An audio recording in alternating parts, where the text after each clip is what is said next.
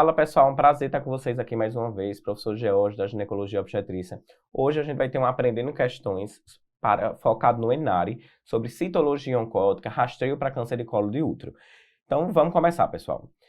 Então, a gente sabe que o Ministério da Saúde, a nossa grande recomendação, ela se baseia justamente na citologia oncótica. O nosso documento, o último, é este aqui, da capinha rosa de 2016. Recomenda, pessoal, o rastreio para os pacientes que estão entre 25 e 64 anos e que já iniciaram sua atividade sexual, que já tiveram a sexarca. A gente sabe, pessoal, que a recomendação da periodicidade, ela é anual. E se a paciente tem 2 normais, na população geral, a gente pode espaçar para 3 em 3 anos. Mas existem algumas situações especiais que costumam ser cobradas nas provas. Então, que situações são essas? Primeiro, pessoal, gestante. Então, gestante a gente vai coletar igual à população geral, pessoal. É como se ela fosse uma paciente ginecológica. Inclusive, a gente faz a coleta endocervical com uma paciente não gestante. Muitas vezes a questão quer botar essa casca de banana, dizer que não vai fazer a coleta endocervical, você ali com medo de romper a bolsa com endobrush, então não tenha medo, vai fazer a coleta normalmente. Segunda população, pessoal, são as pacientes que fizeram histerectomia. Então, se a paciente fez uma histerectomia, aí você vai ter que avaliar, primeiro, retirou o colo na histerectomia, foi uma histerectomia total ou subtotal. Se a paciente tirou o colo na histerectomia e essa histerectomia foi para uma condição benigna, como, por exemplo, por miomatose, por adenomiose, ela não precisa mais fazer esse segmento para rastreio de câncer de colo de útero. Já se ela fez a histerectomia, foi subtotal, ou seja, o colo permaneceu, permanece o rastreio. Ou, se essa histerectomia, mesmo total, foi por uma condição maligna, aí sim a gente pode manter o rastreio a depender da assistência para cada tipo de câncer. E por fim, pessoal, pacientes imunossuprimidas e pacientes que convivem com o vírus do HIV. Nessa população, a gente começa o rastreio tão logo quando começar a atividade sexual, e a gente começa de forma semestral. Podemos espaçar até para anual, mas jamais, pessoal, de 3 em 3 anos. E o CD4, quando estiver abaixo de 200, ou seja, aquela paciente que convive com HIV, que está num estado de imunossupressão importante, a gente sabe que a imunidade ela é muito importante no controle das doenças oncológicas. Então, essa paciente ela tem muito mais risco de evoluir de forma rápida para um câncer. Então, aqui a gente não vai espaçar. A gente mantém de 6 em 6 meses até que ela recobre a imunidade. Sobre a técnica de coleta, pessoal. Então, a gente sabe que a gente precisa começar com o exame especular para que a gente consiga visualizar esse colo. E o INCA recomenda uma coleta dupla. O que é que eu quero dizer com coleta dupla, pessoal? Coleta da ecto e da endocervice. Então, a ectocervice, pessoal, a gente vai coletar com a espátula de Aire, que é esse instrumento aqui. Enquanto a endocervical, a gente coleta com a endobrush, ou escova endocervical. De que forma, pessoal? A ectocervice, você vai apoiar essa parte mais alongada da espátula de Aire no orifício cervicial externo e vai fazer uma varredura de toda a ectocervice com movimento circular. Enquanto a endocervice, você introduz a escova endocervical e faz uma rotação de 360 graus.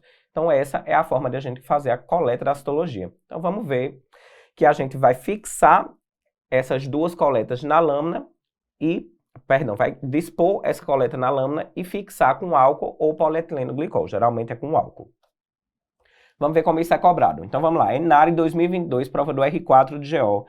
Então, basicamente, pessoal, a questão traz um enunciado que não vai nos ajudar na resolução e pergunta sobre a diretriz brasileira para rastreamento do câncer de colo do útero. Então vamos lá, pessoal. Letra A. A experiência de países desenvolvidos mostra que a mortalidade diminui com a ultrassonografia transvaginal realizada concomitantemente. Não existe qualquer recomendação, inclusive para ovário, de você fazer ultrassonografia transvaginal de rotina. Não existe qualquer rastreio em população geral que inclua ultrassonografia transvaginal. Aqui está errado. B. A periodicidade recomendada por rastreamento é a repetição do exame anualmente. Então, assim, não está tão completa, mas a gente pode deixar ela aqui em stand-by, porque a gente sabe que começa anual e depois espaça para trienal, tá? Deve ser oferecida às mulheres na faixa etária entre 25 e 64 anos que já tiveram atividade sexual. Aqui eu achei mais correta do que a letra B, que não está tão bem discriminada. Letra D, pessoal. Mulheres que nunca tiveram atividade sexual correm risco semelhante às que tiveram e devem seguir as diretrizes de rastreamento. Incorreto. A gente sabe que a sexarca é necessária para que a gente indique esse rastreamento. O HPV, pessoal, é um vírus necessário para o câncer de colo. Então, basicamente, se a paciente não teve atividade sexual, não teve contato com o vírus, ela não vai ter câncer, não tem indicação da gente fazer esse rastreio. Então, aqui está incorreto. E letra E, o padrão ouro para o rastreamento é a captura híbrida para HPV. Então, pessoal, captura híbrida não é nem falado na diretriz brasileira, não é a recomendação do Ministério da Saúde. Existem algumas sociedades afora que recomendam os testes de biologia molecular, não é o caso do Ministério da Saúde ainda. Então, pessoal, a gente fica com a letra C, entre 25 e 64 anos. Então, cuidado quando vocês estiverem fazendo a questão, porque a periodicidade, ela é anual? Mas passa a ser de 3 em 3 anos se tiver 2 normais.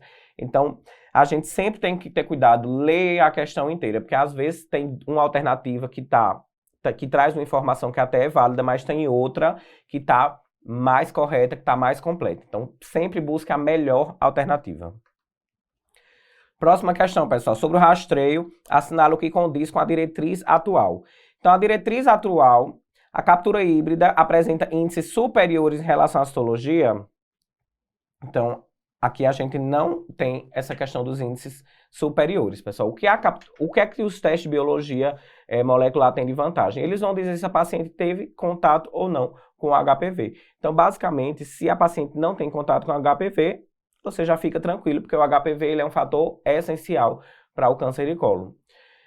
É um exame com alto valor preditivo negativo. Então, pessoal, a gente sabe que a citologia ela não é um exame com alto valor preditivo negativo. O valor preditivo negativo da citologia ela é em torno de 50%. Então, aqui está incorreto. Letra C. Pode ser excluída do rastreamento paciente esterectomizada.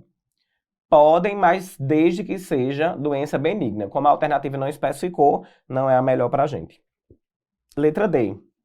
Recomendada a partir de 25 anos para mulheres com atividade sexual. Perfeito. A partir dos 25, para quem teve atividade sexual, geralmente a gente estende até 64.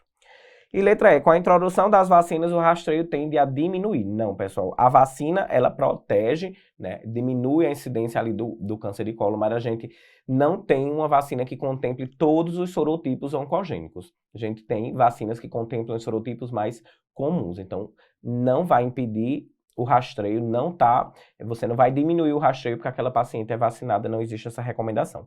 Então, de fato, a recomendação é a partir de 25 anos, pacientes que já tiveram a sua sexarca.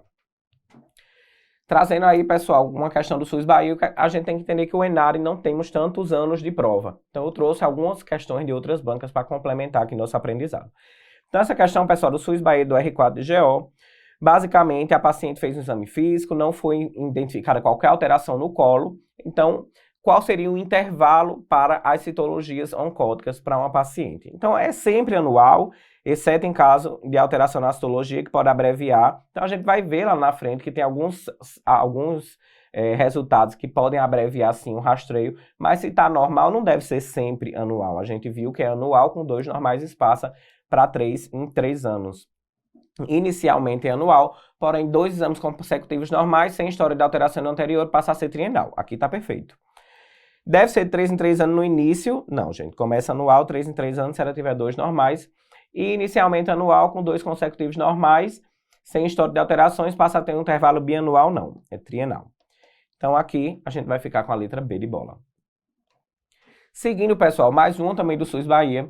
Então, traz uma mulher de 32 anos de idade, terceira gestação, ou seja, gestante, vem à consulta de rotina para fazer o preventivo, nega comorbidade e relata que o preventivo sempre foram normais. No exame físico, não notou qualquer alteração no colo uterino, então, seguindo as diretrizes do Ministério da Saúde, então, gente, as do Ministério da Saúde são as mais cobradas na grande maioria das provas Brasil afora. Então, quando há conduta de rotina para a realização de citologia oncótica, o que é recomendado para as mulheres?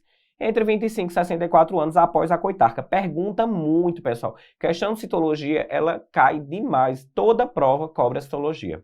Então, aqui a gente vai ver que a letra A é a resposta. Não é qualquer idade, é a partir dos 25 anos, não é 21, é 25, e não é a partir de 18, é a partir de 25 até 64 anos.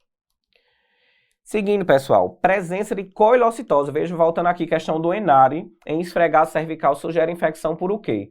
Então, o que é esse achado de coilocitose, pessoal? Eu já trouxe essa questão para construir o aprendizado com vocês.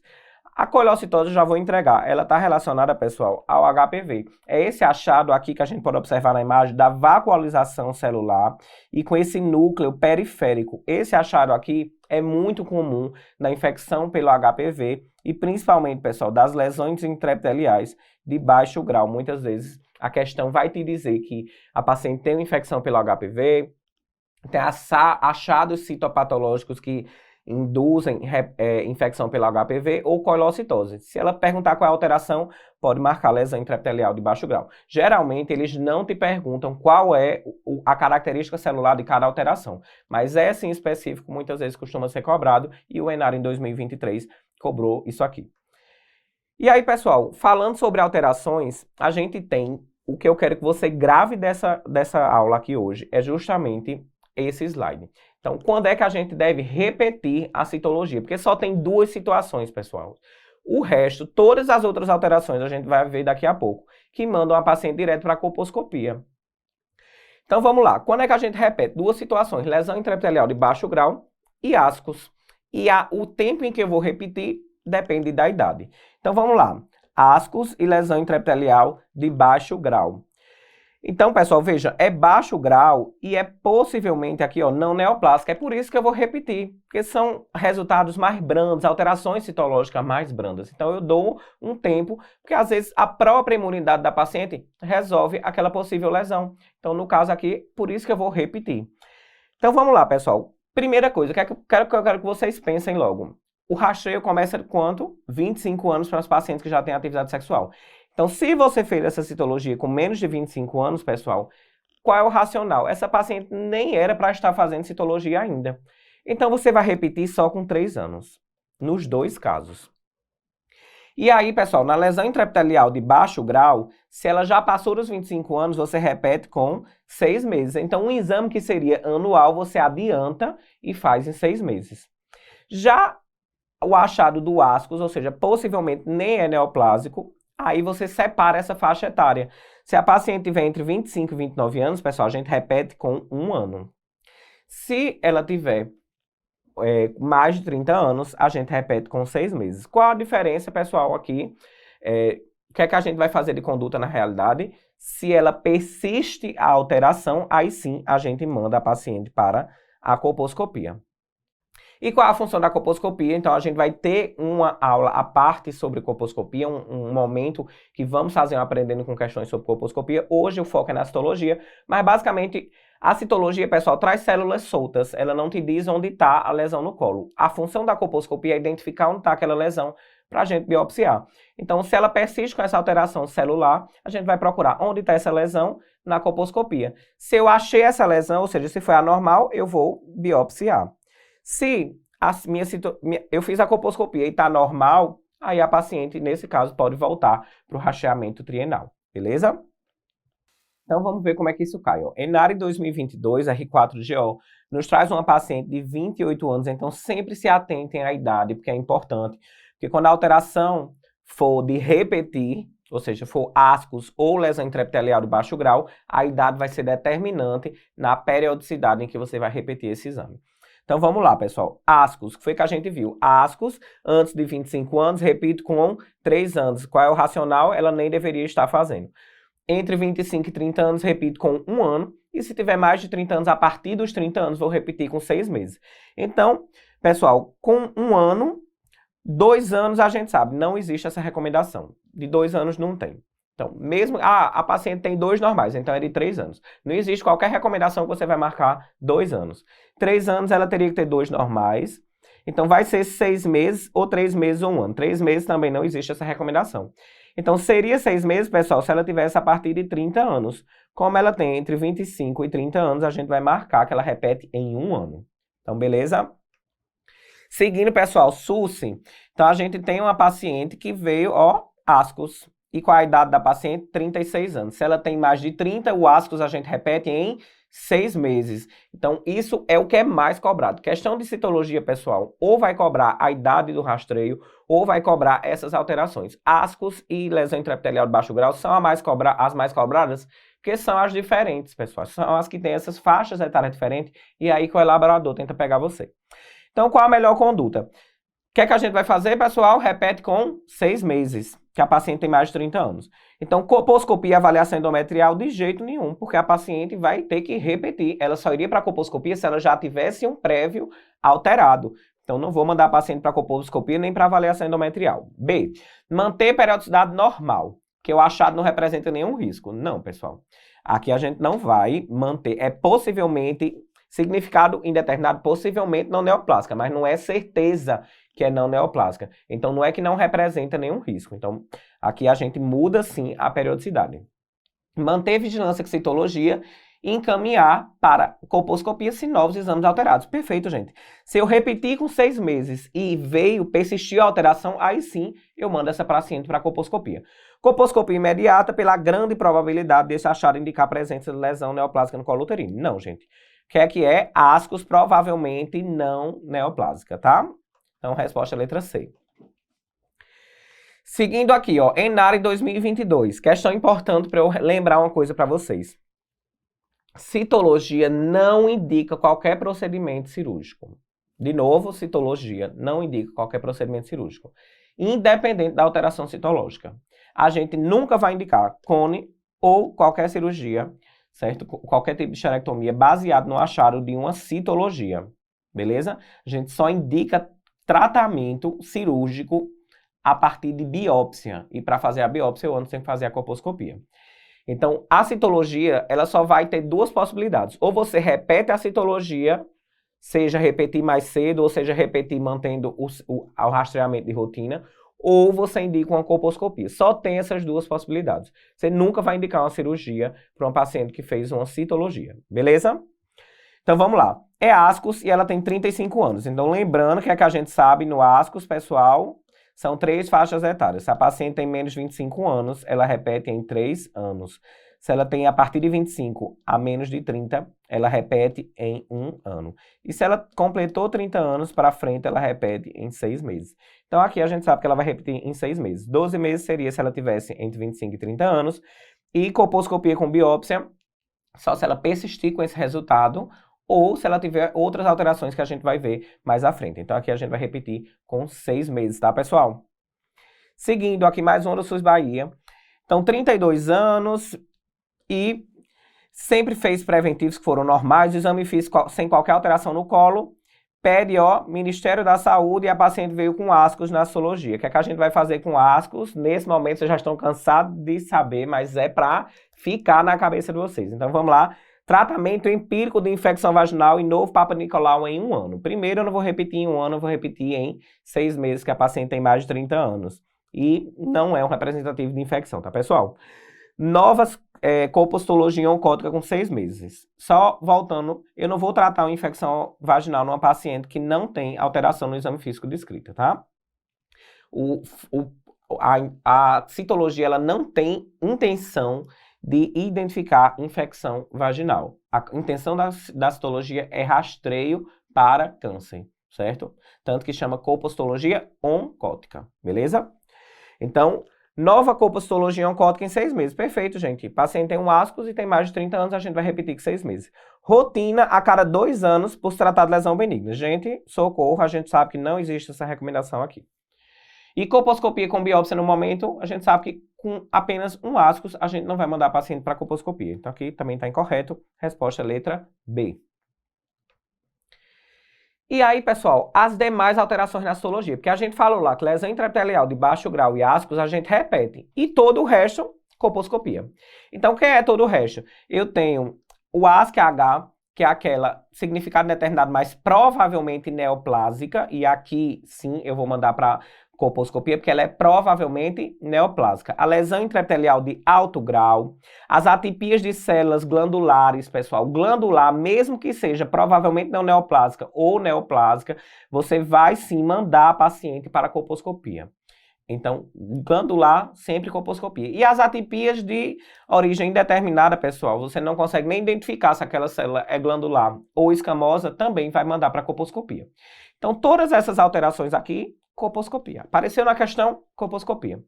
Se a JEC for visível, pessoal, então a gente sabe que o câncer de colo, via de regra, ele vai se manifestar ali na JEC. Então, se a JEC for visível, ele vai se manifestar na zona de transformação. Então, se a JEC for completamente visível, você faz biópsia e, a depender do resultado da biópsia, você pode até retirar essa zona de transformação para estudo, que é o que a gente chamaria as áreas da zona de transformação. Beleza? Se a JEC não for visível, pessoal, a paciente tem uma alteração de alto grau, que a paciente tem uma alteração importante.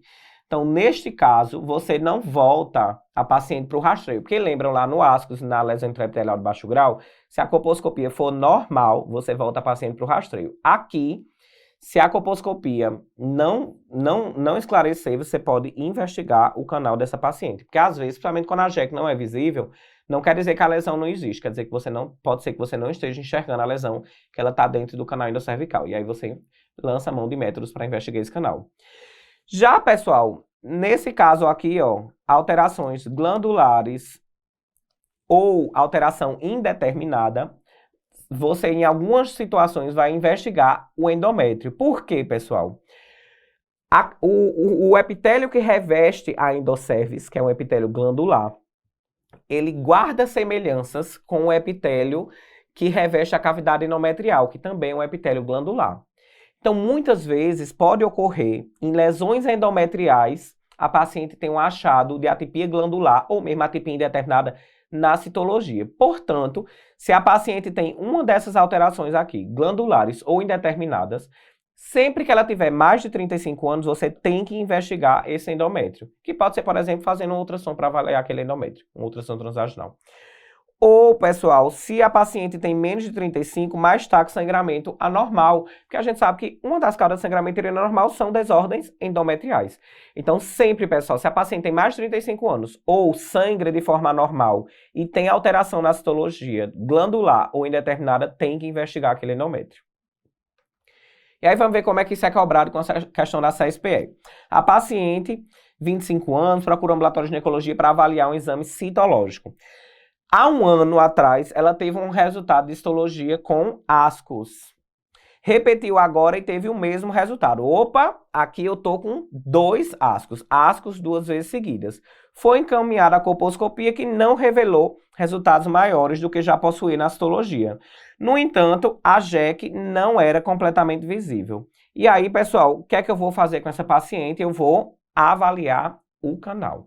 Então, se eu fiz uma colposcopia porque eu tinha alteração citológica e eu não vi alteração, mas a JEC não era completamente visível, pode ser que a lesão esteja na parte do canal que eu não estou vendo. E aí eu vou ter indicação de avaliar a endocervix. Lembra, nunca indico, procedimento cirúrgico baseado em citologia. Não vou repetir a citologia com 6 meses, porque ela já teve 2 alteradas, manteve o mesmo resultado, tá, pessoal? E não existe essa recomendação de colposcopia semestral e não vou fazer uma biópsia da endocervix. Primeiro eu vou tentar avaliar essa endocervix, beleza, pessoal? USP Ribeirão Preto 2023. Então tem uma mulher, 33 anos, que já engravidou 2 vezes, teve 2 cesáreas, o último parto há 3 anos, veio com uma última citologia durante o último pré-natal sem anormalidades. Ciclos menstruais regulares, em uso de contraceptivo hormonal. Por que é importante isso, gente? Ó, o paciente não tem sangramento uterino normal. E aí veio com uma citologia mostrando, pessoal, um epitélio metaplásico e cilíndrico e anormalidades em glândulas, anormalidade em célula glandular. Então, qual a conduta mais adequada, pessoal? Colposcopia. Vou indicar estudo da cavidade endometrial? Não, porque seria com mais de 35 anos ou menos de 35 anos, se sangramento uterino é normal. E a questão te disse que ela não sangra de forma anormal. Então, não vou fazer teste de biologia molecular, a paciente já tem alteração citológica, gente. Quando eu penso em fazer teste de biologia molecular, depender do guideline que você está seguindo, da diretriz que tu está seguindo, a gente começa com a biologia molecular. Não tem sentido eu começar aqui com após uma alteração já glandular e atrás da biologia molecular. Geralmente a gente começa com a biologia molecular. Repetir colpocitologia. Não, gente, não tem sentido eu repetir a citologia numa paciente que tem alteração glandular. Lembra, alteração glandular sempre colposcopia. Então o que a gente vai fazer é indicar uma colposcopia para essa paciente para tentar localizar onde está essa lesão. Beleza? Seguindo, pessoal. HCPA 2023, acesso direto, sobre diretrizes para o rastreamento de câncer de colo. Então, o que é que a gente vai fazer? Quando é que a gente deve encaminhar a paciente para colposcopia? Então, vamos lá. A paciente tem 2 citologias satisfatórias com células escamosas e metaplasia imadura. Opa, aqui eu não vou mandar para a citologia. Metaplasia, pessoal, é uma alteração normal de a gente encontrar na citologia. Geralmente a citologia vem com células escamosas, metaplásicas e glandulares. O que é que quer dizer essa metaplasia, pessoal? Metaplasia é quando a célula muda a sua característica. Então, a gente sabe que em determinados momentos da vida da mulher, a gente vai ter um avanço desse tecido glandular da endoscervix em relação à ectocervix. Então, a gente sabe que o epitélio escamoso da ectocervix, que está em contato com a vagina, ele é que é pronto para viver com acidez vaginal, com atrito, com os micro-organismos que existem ali na vagina. Enquanto a endoscervix, pessoal, é um epitélio glandular, colunado em uma camada apenas, não foi feito para conviver com essa acidez, com esse ambiente inóspito da vagina para essa célula glandular. Então, o que é que acontece? Quando você tem uma exposição dessa célula a esse ambiente, ocorre uma mudança na característica celular, esse processo de transformação da característica celular para um epitélio escamoso. Isso a gente dá o nome de metaplasia. É a mesma coisa que ocorre, pessoal, para os pacientes que têm refluxo. A célula do estômago foi feita para viver com acidez. Já a do esôfago, não. Então, a paciente que tem refluxo, você tem uma transformação que a gente chama ali de esôfago de Barrett, também é uma metaplasia. Então, segue o mesmo raciocínio. Então, metaplasia é um achado normal na citologia. Não se assustem com metaplasia. Uma alteração insatisfatória. Leitura prejudicada por intensa superposição celular. Não, gente. Eu não vou mandar a paciente para a colposcopia porque a coleta foi insatisfatória, ou seja, teve uma superposição celular. Eu vou repetir a minha citologia. C. Citologia com amostra insatisfatória apresentando lesão intraepitelial de baixo grau. Eu não mando a paciente para uma colposcopia por uma lesão intraepitelial de baixo grau. Eu repito e a periodicidade vai depender da idade da paciente. Se ela tiver menos de 25, repito com 3 anos, mais de 25, repito em 6 meses. E uma alteração com células glandulares atípicas. Qualquer alteração de célula glandular, colposcopia, resposta letra D. E aí, pessoal, eu vou trazer para vocês só a título de conhecimento, porque essa diretriz ela é enorme, existem várias formas de você fazer o rastreamento, começando pela biologia molecular, mas a OMS, pessoal, recomenda o rastreio com a biologia molecular, com a avaliação do DNA HPV. Então, basicamente, para a população geral, é recomendado a partir dos 30 anos. E você repete, pessoal, numa periodicidade de 5 a 10 anos. E acaba antes esse rastreio. A gente vê que ele interrompe com 50 anos, desde que tenha 2 prévios normais.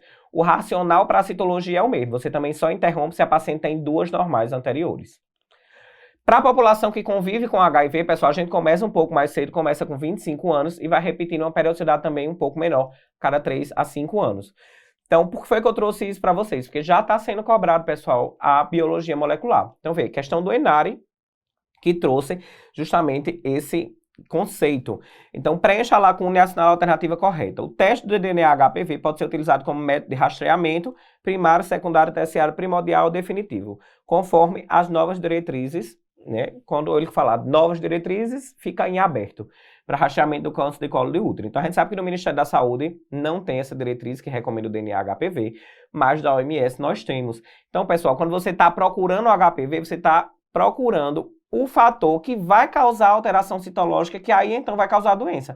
Então, é uma forma de rastreamento, gente, primário, beleza?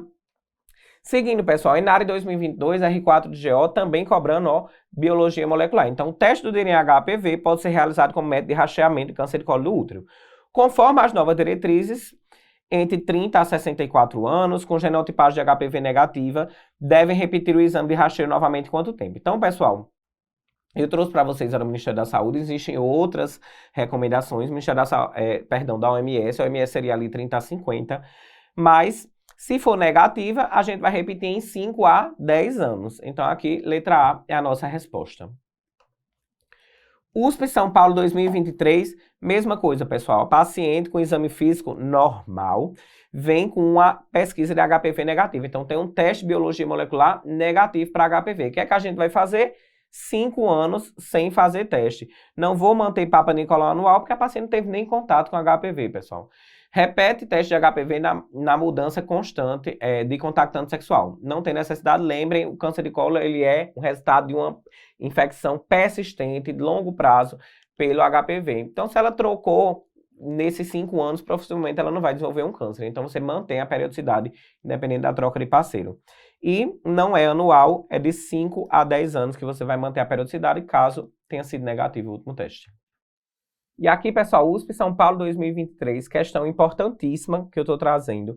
Essa e a próxima, para a gente entender o atendimento aqui a uma parcela do público LGBTQIA+, que é muito importante que as provas tragam para que o aluno se importe de estudar e que a gente possa cada vez mais atender de forma apropriada essa população. Então vamos lá. Paciente, 30 anos, é um homem transgênero com preservação de vagina e que já tem vida sexual, pessoal, e com penetração vaginal. Logo, mais de 25 anos. Tem colo do útero, tem vida sexual, tem que fazer o rastreio, certo? Faz uma contracepção com um método não hormonal perfeito, com DIU de cobre, que é o indicado para essa população, justamente porque eles geralmente fazem, pessoal, uma terapia hormonal androgênica, porque é um transgênero homem. Então, realiza coleta de citologia oncótica perfeito, está muito bem indicada, e com a implicação do ambiente androgênico na avaliação do achado citológico. Então, pessoal, a gente sabe que o epitélio ectocervical, a gente tem células basais, parabasais, intermediárias e as superficiais que parecem ali mais umas escamas. Então, esse processo de maturação dessas células, ele é influenciado pelo estrogênio.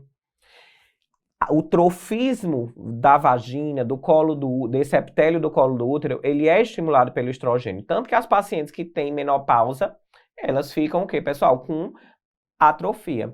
Mesma coisa vai ser o homem transgênero que faz terapia hormonal, que faz terapia androgênica. Vai experimentar, pessoal, uma atrofia importante.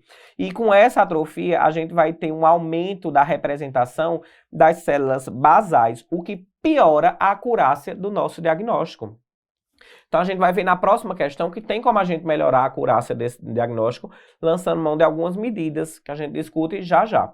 Mas aqui, a terapia androgênica aumenta a representação de células basais e, com isso, piora a acurácia do nosso diagnóstico. Então, letra C está errada porque não diminui a representação basal e não melhora o diagnóstico e não melhora a acurácia. Letra B, pessoal, não tem aumento de superficial e realmente é pior a acurácia. E letra A, diminui célula superficial perfeita, mas não melhora a acurácia é pior. Então, o que é que a gente pode fazer? Então, letra D, primeiro, consolidando aqui nossa resposta, aumenta as células basais e piora a acurácia, mas vamos ver na próxima questão o que é que a gente pode fazer. Também da USP São Paulo 2023, aqui já traz o atendimento a Jan, que é uma pessoa não binária transmasculina, tem 28 anos e procura o UBS para a realização do Papa Nicolau. Então, vem fazer a citologia oncótica. E a questão vai te perguntar se é recomendado ou não. Então vamos lá, pessoal. Identifica-se como homossexual, iniciou a atividade sexual aos 22 anos com penetração vaginal. Então, ó, se tem mais de 25 anos, teve atividade sexual, tem colo do útero, pessoal, tá recomendado o rastreamento. Então aqui a gente já cancela, dizendo que não tá recomendada a letra D, tá?